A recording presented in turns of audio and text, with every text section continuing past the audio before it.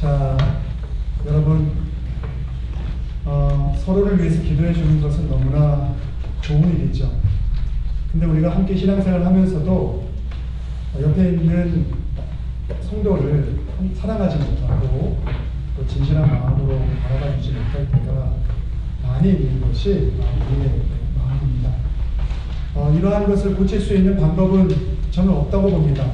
성령님께서 도와주지 아니하시고 성령님께서 우리 마음을 만들어주지 아니하시면 우리 안에 있는 이 욕심과 이기심으로는 결단코 의지적으로 잠깐 또 내가 나에게 유익이 되니까 사랑할 수 있을지 모르지만 진실되게 누군가를 사랑할 수 있는 방법은 우리의 삶 가운데 없다고 생각합니다. 제 말에 아닙니다라고 말하실 분도 있겠지만 저는 성경의 말씀에 근거하면서 하나님의 그 풍성한 사랑만이 성령님의 그 인도하심만이 우리에게 진정한 사랑을 나눌 수 있는 그 길을 제시해 주는 것이고 그 안에 참됨이 있음을 믿어 의심치 않습니다.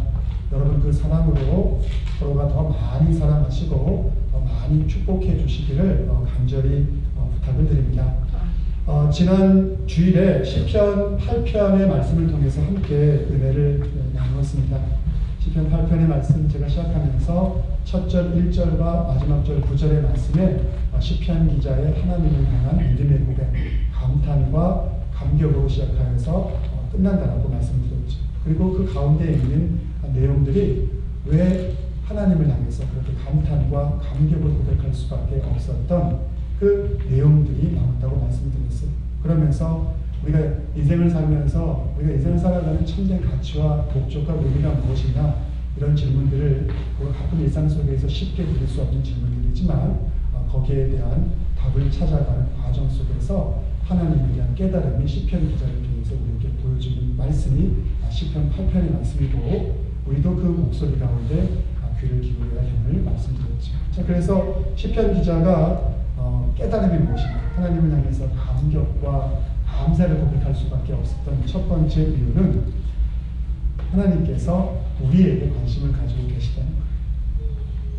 서영장님도 관심을 갖고 있고 우리 저도 형제님도 관심을 가지고 있고 또 우리 권사님들도 정원의 권사님들도 관심을 가지고 있고 모두 저를 비롯한 모두에게 하나님께서 너무나 깊은 관심을 가지고 관심만 갖고 있는 것이 아니라 친히 그 관심을 통해서 우리를 돌보아 주신다는 거죠. 그런 주님을 한 주 동안 만나셨습니까? 네, 안 만나셨어요? 쑥스러워서 그러시죠. 한 주 동안 그런 주님을 만나셨으리라 저는 믿습니다. 자, 그리고 또한 우리를 하나님은 존귀하게 지으셨다는 거예요. 세상의 기준은 잘난 사람을, 능력 있는 사람을, 그리고 힘 있는 사람을 존귀하다고 표현하지만 하나님의 관점은 그 관점이 아니라 하나님 피조하신 이 세상의 모든 하나님의 형상을 담은 우리를 존귀하게 여기신다는 사실이죠. 여러분 자기 스스로에 대해서 어떻게 생각하십니까? 내 인생이 조금 잘 나갈 때는 자부함이 있다가 내 인생이 그렇지 못할 때는 내 자존감이 바닥을 향해 가고 있습니까? 아니면 내 인생이 잘 나갈 때나 그렇지 않을 때나 상관없이 나에 대해서 하나님이 나를 존귀하게 지으신다는 그 믿음 안에서 나에 대한 그런 자존감을 가지고 살아가고 있습니까? 여러분 이 존귀함의 의미를 나의 존재성에 대한 의미를 다시 한번 마음에 새기게 되시길 바랍니다. 하나님께서는 정말 우리를 존귀하게 여기십니다. 잘나서 못나서 그 모든 것을 떠나서 있는 그 자체로 우리를 존귀하게 여기십니다. 여러분 그것이 얼마나 큰 복됨입니까? 그것이 얼마나 크게 감사할 일이겠습니까? 그리고 마지막 한 가지는 우리 인생이 아무리 바쁘고 급하게 인생에 그게 떠맡겨서 돌아가는 것 같지만 우리 인생에는 분명한 목적이 있다는 것. 하나님께서 영원한 하나님과의 영원한 생명 가운데 거하게 되는 그 순간이 되기 전까지 우리 이 땅에 부르신 하나님의 분명한 목적이 있다는 것. 사람들은 그 목적이 큰 것, 그 목적이 남에게 과시할 수 있는 것만 참 대단한 것이라고 생각하고 살아가는데 그런 의미에서 비전을 크게 가져라라고 저는 말하고 싶지 않아요. 그것은 세상적인 욕심의 방법이지 성경이 말하는 비전의 방식은 아니죠. 그러한 목적의식, 하나님 안에서 내가 하나님과 함께 살아가고 그 안에서 거함을 통해서 내 안에서 누려지고 내 삶을 통해서 만들어지는 하나님이 기뻐하시는 일들을 이루어가는 것들, 그런 인생의 목적들을 가장 작은 것에서부터 또 주님께서 많은 것을 맡겨주신다면 큰 것에 이르기까지 그것을 감당할 수 있는 저와 여러분이 되기를 바랍니다.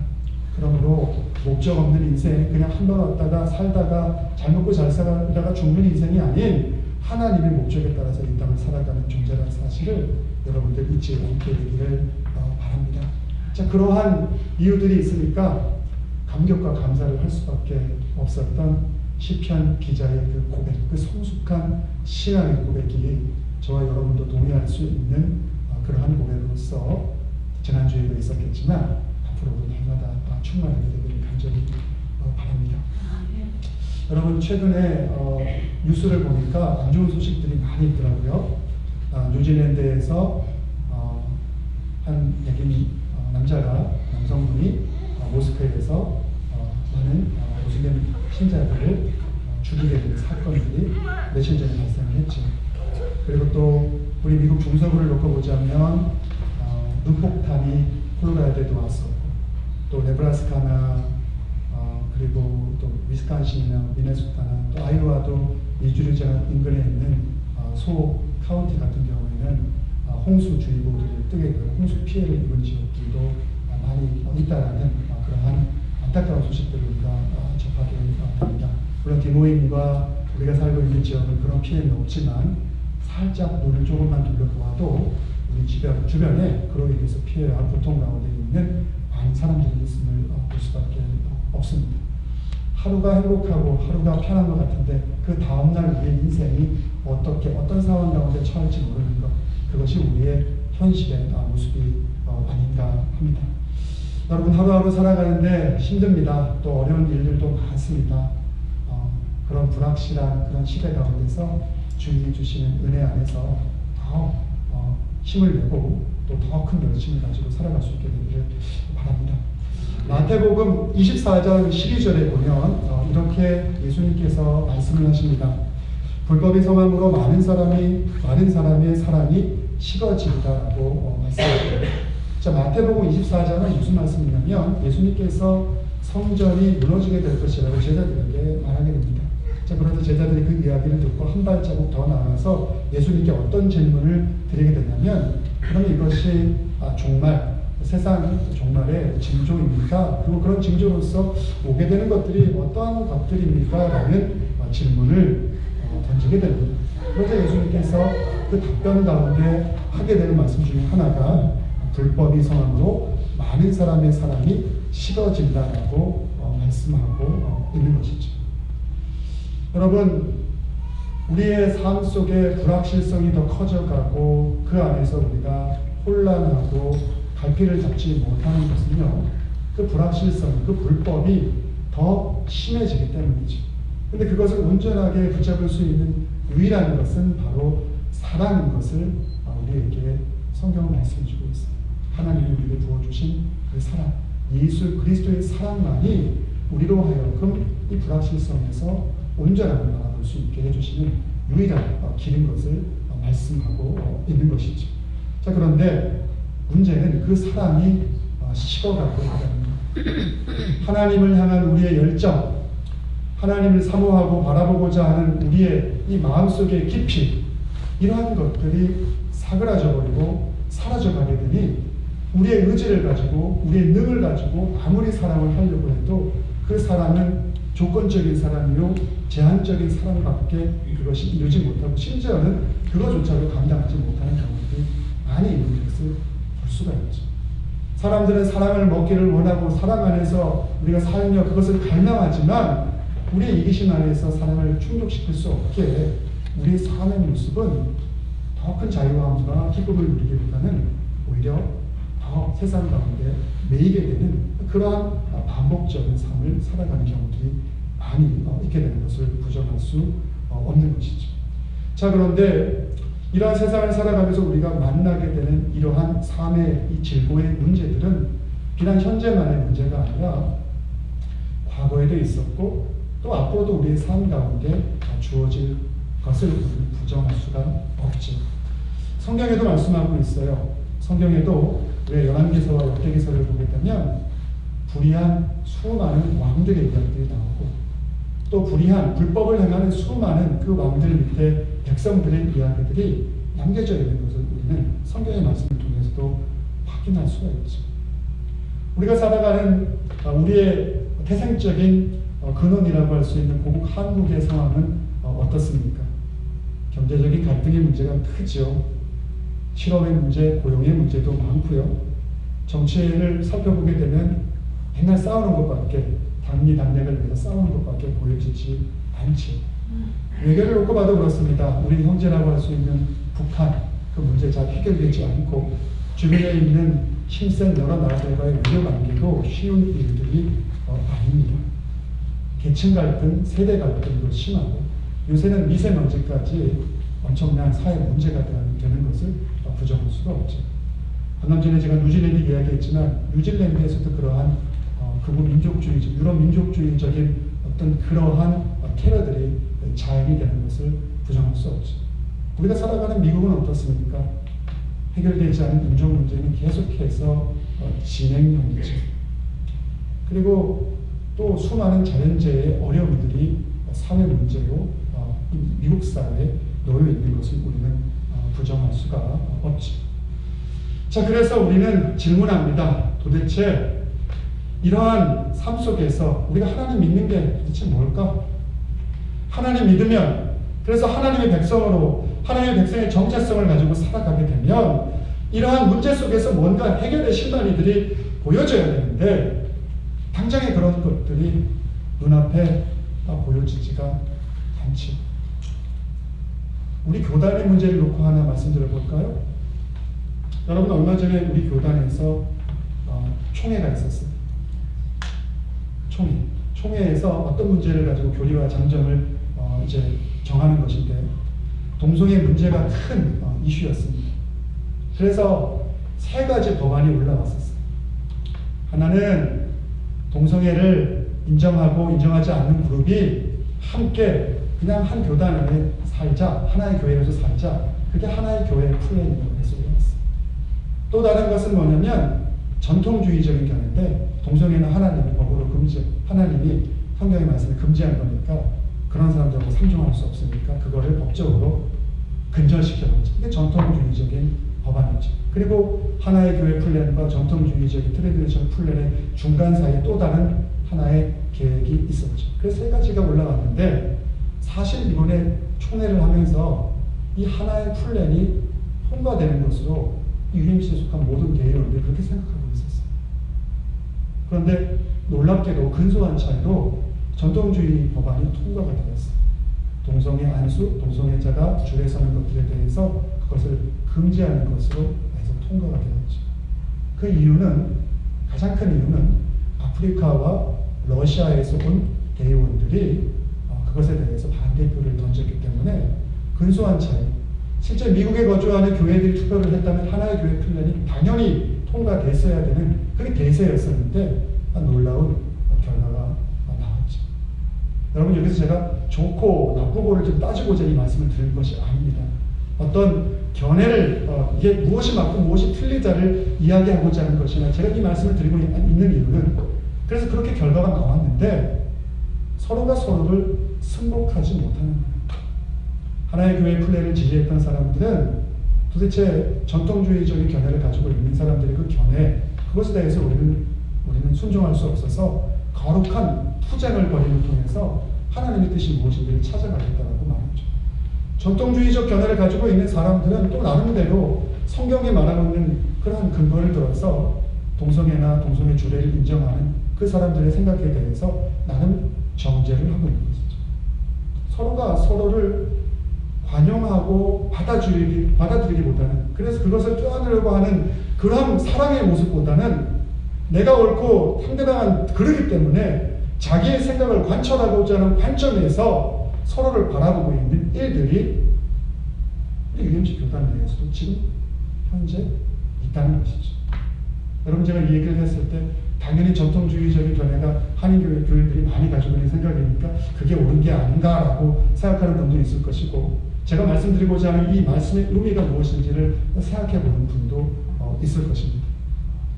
여러분, 사랑이 식어가면요, 상대방의 약점을 보듬어 주려고 하고 그 약점 안에서 그 어려움들을 감싸주고 그 안에서 타협점이라는 것이 어떤 내가 믿는 것을 버리는 것이 아니라 그 관용의 의미로서 나가야 되는 것들이 싹트로 커져가야 되는데, 자기 이기심과 자기 중심성이 커가는 것이죠.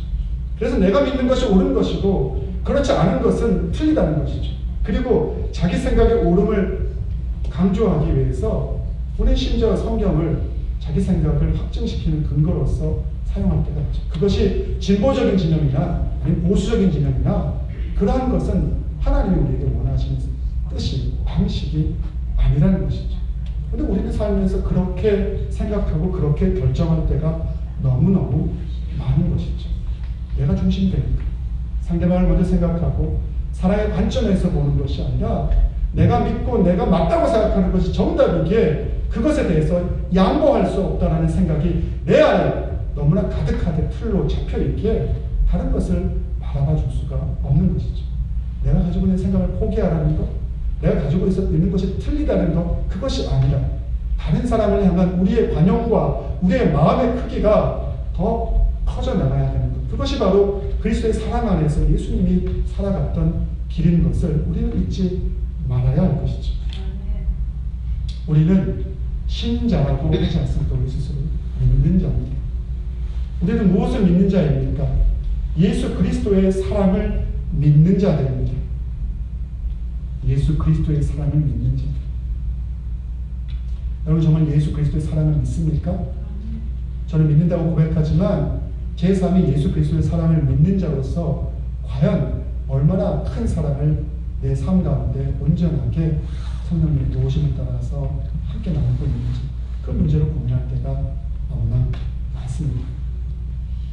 항상 살펴보아도 부족한 것이고 그 안에는 하나님이 원하시는 것보다 원하지 않는 그러한 모습들이 너무나 많이 있을 때를 느끼게 될 때가 많습니다. 여러분, 저와 여러분들이 주님이 우리에게 주신 사랑을 회복할 수 있게 되기를 간절히 바랍니다. 하나님은 이 세상의 불확실 속에서도 이 역사를 통치하시고 다스려가는 과정을 끊임없이 계속할 것입니다. 우리가 의심하고 답을 찾지 못해서 고민하는 과정 가운데서도 하나님은 역사를 다스리고 통치할 것입니다. 그리고 역사를 다스리고 통치하는 과정 가운데 사랑의 힘을 통해서 그 역사를 이끌어 가시고 통치하고 다스릴 것입니다. 우리는 부름받은 존재로서 하나님이 역사를 통치하고 다스릴 때 그 사랑의 역할들을 제대로 감당할 수 있는 그러한 목대에 있게 되기를 바랍니다. 여러분, 그래서 요한일서 4장 16절은 이렇게 말씀하고 있어요. 하나님이 우리를 사랑하시는 사랑을 우리가 알고 믿었노니 하나님은 사랑이시라. 사랑 안에 거하는 자는 하나님 안에 거하고 하나님도 그의 안에 거하시니라. 그리고 오늘 우리가 교독한 요한복음 3장 16절 전반절의 말씀, 하나님이 세상을 이처럼 사랑하사 독생자를 주셨다라고 말씀하고 있는 것이죠. 자, 그렇다면 우리가 하나님의 사랑을 믿고 그것을 신뢰하고 살아간다는 것이 과연 뭘까? 이게 오늘 본문에 나와 있습니다. 그 의미에 대해서 세 가지 정도를 생각해 보고자 합니다. 여러분, 요한복음은 예수님의 12제자 중에서 예수님의 수제자라고 불리는 베드로와 그리고 야고보, 요한 이 세 명이 수제자인데 이 요한에 의해서 기록된 성경으로 우리가 알고 있죠. 다른 마태, 마가, 누가와 달리 세 복음서는 공감복음이라고 불리는데 예수 그리스도를 바라보는 관점이 같다는 해야죠. 근데 요한복음은 그 공감복음에 포함되어 있지 않습니다. 사도 요한이 가장 늦게까지 하나님의 복음의 사도로서 그 역할들을 감당하고 하나님 나라의 복음을 받아가게 되는데, 그 사도 요한이 이 헬라 사람들이 가지고 있는 관점을 통해서 예수 그리스도를 고백하는 좀 다른 관점을 가지고 접근하는 것을 우리가 볼 수가 있죠. 자, 그래서 한 예를 들면 이런 것이죠. 공감복음, 마태나 마가나 누가복음을 보게 되면 예수님의 제자들이 예수 그리스도가 누구인가를 증거하는 그 복음서의 질문에 대해서 예수가 누구인가를 찾아가는 그 과정이 굉장히 지난 긴 여정을 가게 되는 것을 볼 수가 있습니다. 예를 들면 마태복음 16장에 보게 되면 예수님께서 세상 사람들이 나를 누구라고 하느냐라고 제자들에게 묻게 되는 장면이 나옵니다. 말하죠. 더러운 선지자라고 하고, 어떤 사람은 예언자라고 하고, 어떤 사람은 랍비 선생으로서 예수 그리스도를 바라보고 있습니다라고 말합니다. 예수님이 제자들에게 묻습니다. 그럼 너희는 나를 누구라고 하느냐라고 묻게 됩니다. 여러분이 가장 잘 알고 있는 말씀, 베드로가 뭐라고 대답합니까? 주는 그리스도요 살아계신 하나님의 아들이다라고 말하죠. 성령님께서 이것을 가르쳐주지 않으면 그러한 대답을 할 수 없다라고 예수님께서 말씀함을 통해서 베드로의 그 고백이 성령님의 도우심을 통해서 주어진 것임을 예수님이 인정해 주시죠. 그런데 그럼에도 불구하고 베드로가 예수님의 하나님의 아들 되심을 완전하게 깨달았느냐? 아닌 것을 여러분 분명히 알고 있죠. 성경이 우리에게 그것을 보여주고 있죠. 예수님의 제자들이 예수 그리스도가 누구인지 아들인 것을 온전하게 깨달은 것은요, 예수님께서 부활을 하시고 다시 제자들에게 나타나시고 그들을 회복시켜 주시는 과정을 통해서 예수가 하나님의 아들인 것을 그들이 온전하게 알게 됐습니다. 그리고 성령님을 기다렸고 성령님을 받고 나서 그들이 복음의 전사로서 그 역할을 감당했던 것이 이해죠. 근데 요한복음은 좀 달라요. 요한복음 1장 1절에서부터 태초에 말씀이 있었다고 선포하는 거죠. 그리고 그 말씀, 그 로고스가 단순히 성경의 말씀을 의미하는 것이 아니라 참된 진리의 그 로고스가 인간의 몸을 입어서 인카네이션하면서 성육하여서 이 땅 가운데 내려옵니다. 바로 그가 예수 그리스도라고 당당하게 요한복음 1장에서부터 그것을 우리들에게 증명하고 말씀하고 있는 것이죠. 자, 그런데 오늘 이 요한복음 3장을 보게 되면요, 우리가 16절부터 마지막 21절까지 읽게 되는데 1절부터 15절의 말씀을 좀 생각해 볼 필요가 있습니다. 여러분, 요한복음 3장 1절부터 15절은요 니고데모와 예수님의 대화가 나와 있습니다. 유대 바리새파이고 경건한 자이고 율법을 잘 아는 자이고 유대 관원인 니고데모가 예수 그리스도가 행하신 표적을 보고 그가 평범한 사람이 아니라는 것을 알죠. 그래서 예수님께 찾아와서 참된 진리에 대한 물음들을 하고 있는 장면이 바로 요한복음 3장 1절부터 15절까지 진행이죠. 근데 예수님이 니고데모에게 화를 내요. 네가 유대의 랍비가 돼서 내가 말하는 참된 진리에 대해서 하나님의 언약이, 하나님의 이 증언하는 하나님의 말씀들이 예수 그리스도를 향해서 하나님의 아들로서 나에 대해서 끊임없이 증거하고 있는데 그것 자체를 깨닫지 못하고 표적만 구하고 있는 너의 모습이라는 것이 도대체 경건한 유대 랍비로서 네가 선생이라고 할 수 있느냐라고 말씀하죠. 그러면서 16절에 그 니고데모의 대화의 모든 결정판으로서 하고 있는 말씀이 16절의 말씀이거든요. 하나님이 세상을 이처럼 사랑하사 독생자를 주셨으니 이는 그를 믿는 자마다 멸망하지 않고 영생을 얻게 하려 하신다 라고 말씀하고 있는 것이죠. 자, 그렇다면 우리가 그리스도의 사랑을 지금 말씀하고 있잖아요. 근데 그 사랑을 믿는다는 것이 과연 뭘 의미하고 있는 것인가? 세 가지 정도 함께 나눠보자. 자, 첫째는 이것입니다. 자, 예수님이 하나님의 아들인 것을 우리가 믿는 거예요. 아니, 목사님, 예수님이 하나님의 아들인 걸 당연히 믿죠. 정말 그렇습니까? 여러분, 누군가가 여러분이 믿고 있는 기독교, 여러분이 믿고 있는 종교, 복음, 이것이 뭐냐고 여러분이 지금 묻는다면 뭐라고 답하시겠습니까? 제가 좀 적어봤어요. 기독교는 유다 베들레헴에서 나시고 나사렛에서 성장하고 갈릴리에서 사역하신 후 예루살렘에서 십자가를 지시고 돌아가신 후 3일 만에 부활하고 승천하신 참 인간이자 참 하나님이신 예수 그리스도를 믿는 것이다. 여러분, 우리가 예수 그리스도를 믿는다면 예수 그리스도를 계시한 성경 66권의 말씀이 무엇을 의미하고 있는지 우리는 동의하고 인정할 수가 있지. 이 66권의 말씀이 참된 하나님의 말씀으로서 우리의 삶 가운데서 인정되어질 수가 있습니다. 그래서 로마서 8장 32절은 이렇게 말합니다. 자기 아들을 아끼지 아니하시고 우리 모든 사람을 위하여 내주시니까 어찌 그 아들과 함께 모든 것을 우리에게 주시지 아니하리니. 모든 것을 우리들에게 주시지 아니하리니. 로마서 5장 8절은 이렇게 말합니다. 우리가 아직 죄인되었을 때 그리스도께서 우리를 위하여 죽으심으로 하나님께서 우리에 대한 자기의 사랑을 확증하셨느니라 라고 말씀합니다. 여러분, 제가 에임스 교회, 캠퍼스 교회죠. 있다 보면 하나님 말씀을 안 읽는 청년들도 많고 하나님 말씀을 안 읽는 교인들도 많이 만나게 됩니다. 대모임 교회 교우분들은 어떤지 잘 모르겠습니다. 그 말씀을 읽어도 말씀이 정말 하나님의 말씀인지 잘 안 믿겨진다고 고백하는 경우도 많고, 논리를 가지고 경험을 가지고 지식 안에서 말씀을 아무리 봐도 그게 하나님의 말씀으로서 내 안에서 경험되어지지 않기 때문에 도대체 그 말씀을 믿을 수가 없는 거예요. 요새처럼 현대적이고 과학문명이 발달되고 이성적이고 지적인 것을 또 상대주의적이고 문화적인 것을 강조하는 이 세상 속에서 성경이 전하는 말씀은 참으로 신화적인 것 같고 별 가치가 없는, 때로는 허황되고 비논리적인 그러한 모습으로서 보여질 때가 사람들에게 많이 있는 것 같습니다.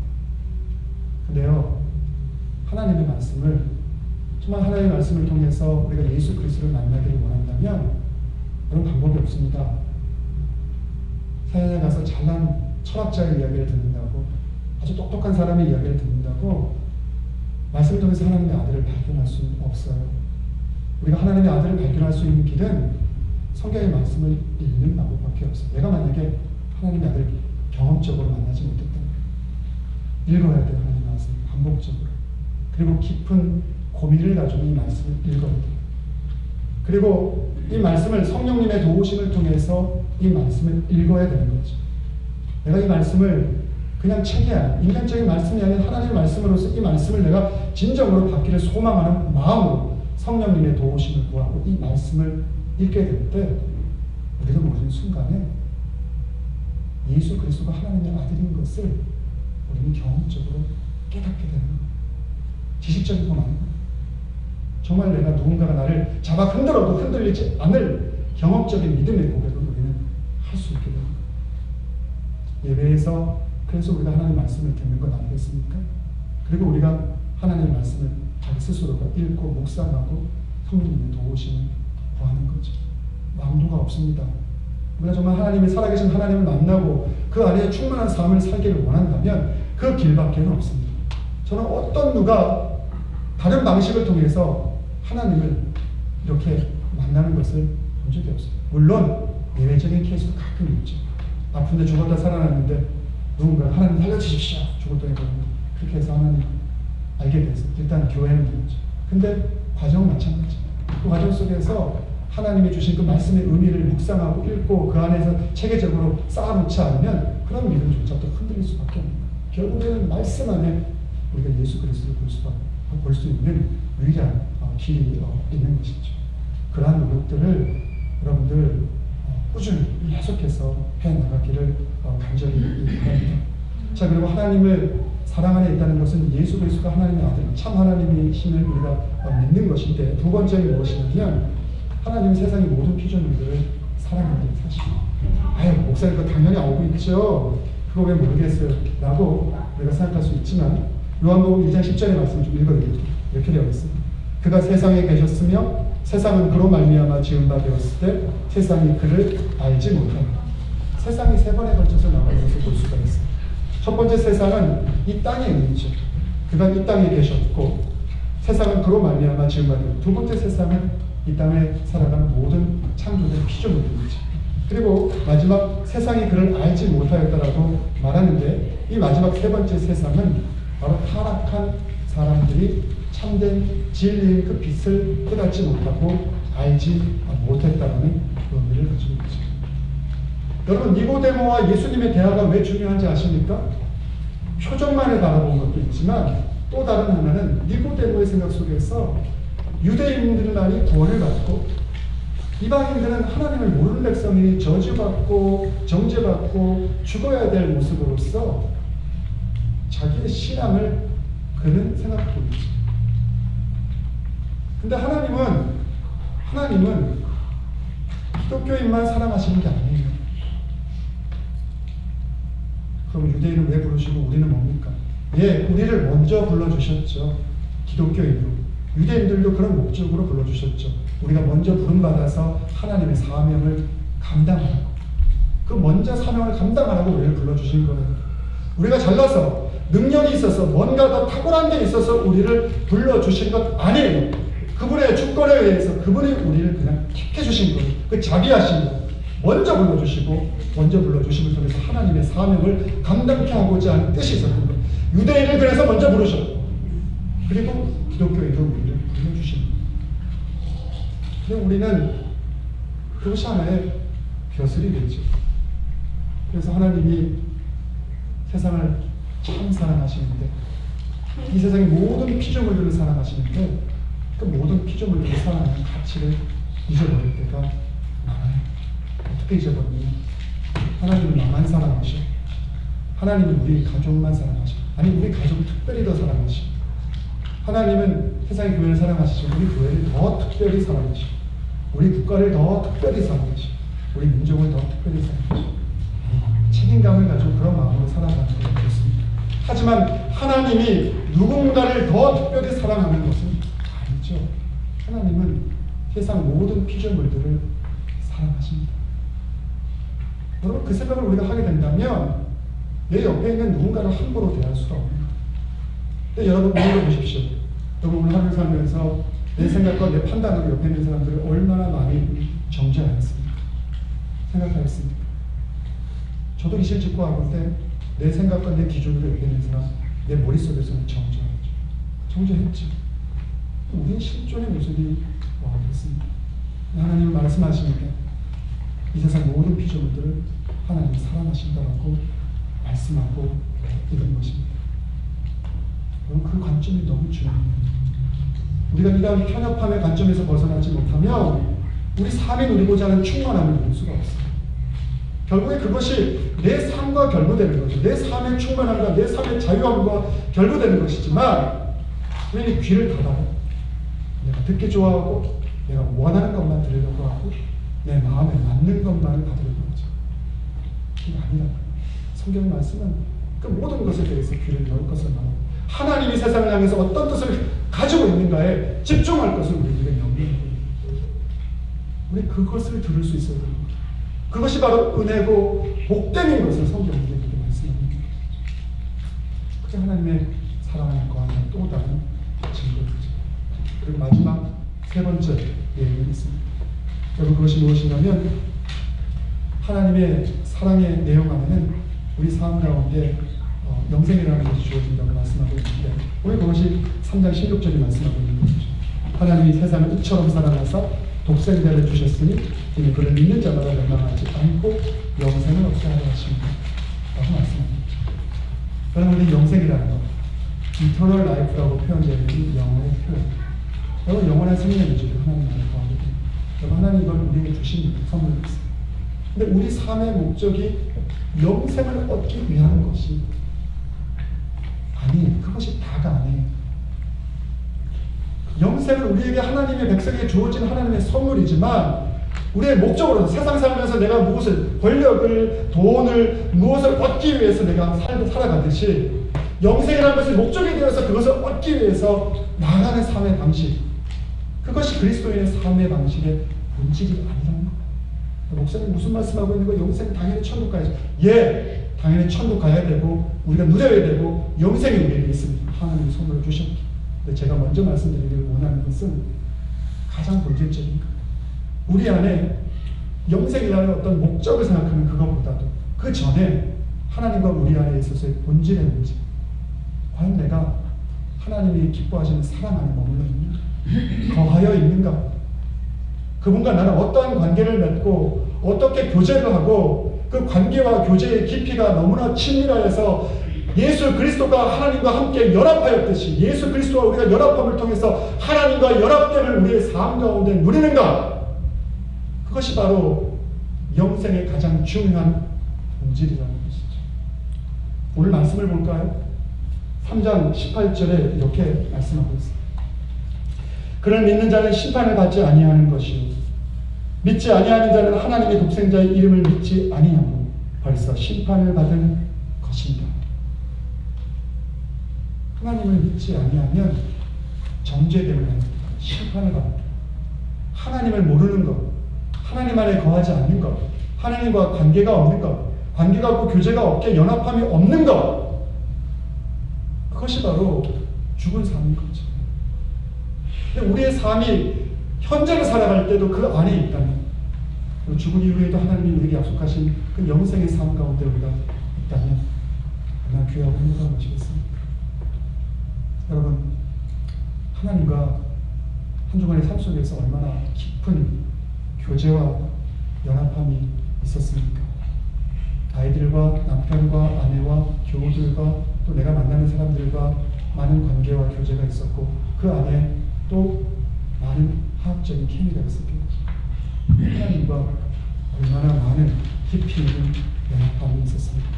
그리고 그것을 통해서 하나님이 주신 풍성함과 기쁨과 감사의 고백이 저와 여러분의 삶 속에서 있었습니까? 여러분, 이것이 영생의 본질인 거예요. 내가 인생을 살아가면서 어떤 목적을 두고 그 목적을 이루음을 통해서 자기 만족감을 얻고 사람들로부터 참 멋있다, 멋지게 산다라는 그런 칭찬을 듣는 것이 우리 인생의 중요한 목적이 아니에요. 그것도 중요하지만 그렇게 또 계획하고 살아가는 것도 굉장히 중요하죠. 하나님과의 관계 안에서 과연 나는 어떻게 살아가요? 이것을 바라볼 수 있는 분들이 있어야 하는 것이죠. 여러분, 성경은 너무나 솔직합니다. 너무나 진실합니다. 성경의 진실한 것은 우리의 거짓된 것을 드러내게 하죠. 그래서 계속해서 성경 말씀이 이렇게 말하지 않습니까? 19절. 그 정죄는 이것이 곧 빛이 세상에 왔을 때 사람들이 자기 행위가 악함으로 빛보다 어둠을 더 사랑하는 것이. 20절. 악을 행하는 자마다 빛을 미워하며 빛으로 오지 아니하며 이는 그 행위가 드러날까. 우리가 하나님이 기뻐하시는 빛을 미워하는 것은 우리 삶에 가증하고 우리 삶의 욕심이 드러나는 것을 미워하는 것입니다. 여러분, 살아가는 세상 쉽지 않습니다. 그런데 우리가 정말 사랑을 서로가 회복할 수 있는 그런 충만한 은혜가 넘치게 되기를 간절히 바랍니다. 말씀을 좀 정리하고자 합니다. 하나님의 사랑 안에 소망이 있습니다. 예수 그리스도가 하나님의 아들을 확신하는 믿음이 있게 되기를 바랍니다.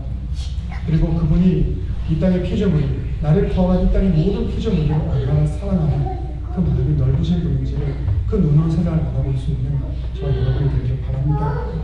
그리고 영생의 본질적인 의미라는 것이 어떤 목적을 이루고 달성하고 그것을 통해서 만족을 느끼는 것을 그쳐버리는 것이 아니라 바로 하나님과 그보다 앞서서 하나님과의 깊은 관계와 교제와 연합함 속에서 우리는 영생의 참생과 복됨이 있다는 사실을 오늘 성경이 분명하게 증거하고 있다는 사실을 여러분들이 잊지 않기를 바랍니다. 그래서 내 안에 하나님과의 깊은 연합함이 고백되어질 때 여러분, 그것이 복된 것이고 그것이 이 땅을 살아가면서 영생을 누리는 것이고 죽어서도 영생을 누리는 것이죠. 여러분, 거기에 소망을 둘 수 있는 참된 그리스도인이 되기를 간절히 바랍니다. 요한일서 4장 12절은 이렇게 말합니다. 어느 때나 하나님을 본 사람이 없을 때 만일 우리가 서로 사랑하면 하나님이 우리 안에 거하시고 그의 사랑이 우리 안에 온전히 이루어지는가. 하나님의 사랑을 감화받는 가운데서 우리가 서로 형제와 자매를 사랑할 수 있는 그 힘으로 이 세상을 능히 감당하고 이겨낼 수 있는 복됨이 저 여러분에게 차고 넘치게 되기를 간절히 바랍니다. 기도하겠습니다. 그런 은혜가 많으신 주님, 오늘 요한복음 3장 말씀을 통해서 우리에게 하나님 사랑의 참된 의미가 무엇인지를 다시 생각하게 해주신 고맙고 감사합니다. 우리는 예수 그리스도가 하나님의 아들인 것을 확신하고 있는지 하나님, 이것에 대해서 고민하게 하여 주시옵소서. 또한 하나님께서 이 땅의 모든 피조물들을 사랑한다는 그 의미가 무엇인지, 그것이 나의 편협함을 벗어날 수 있는 은혜의 무기가 되게 하여 주시옵소서. 더 나아가 하나님의 사랑이 영생의 본질인 것을 우리가 먼저 깨닫게 하심을 통해서 예수 믿는 것을 나의 어떤 삶의 목적을 이루기 위한 하나의 수단으로서 사용하는 그런 어리석은 인생이 되지 않고 니고데모처럼 표적만을 구하는 인생이 되지 않도록 주님 도와주시고 함께하여 주시옵소서. 이 모든 말씀 예수님 이름으로 기도드렸사옵나이다. 아멘. 자, 이 시간 헌금 시간입니다. 헌금을 나누셔서 주님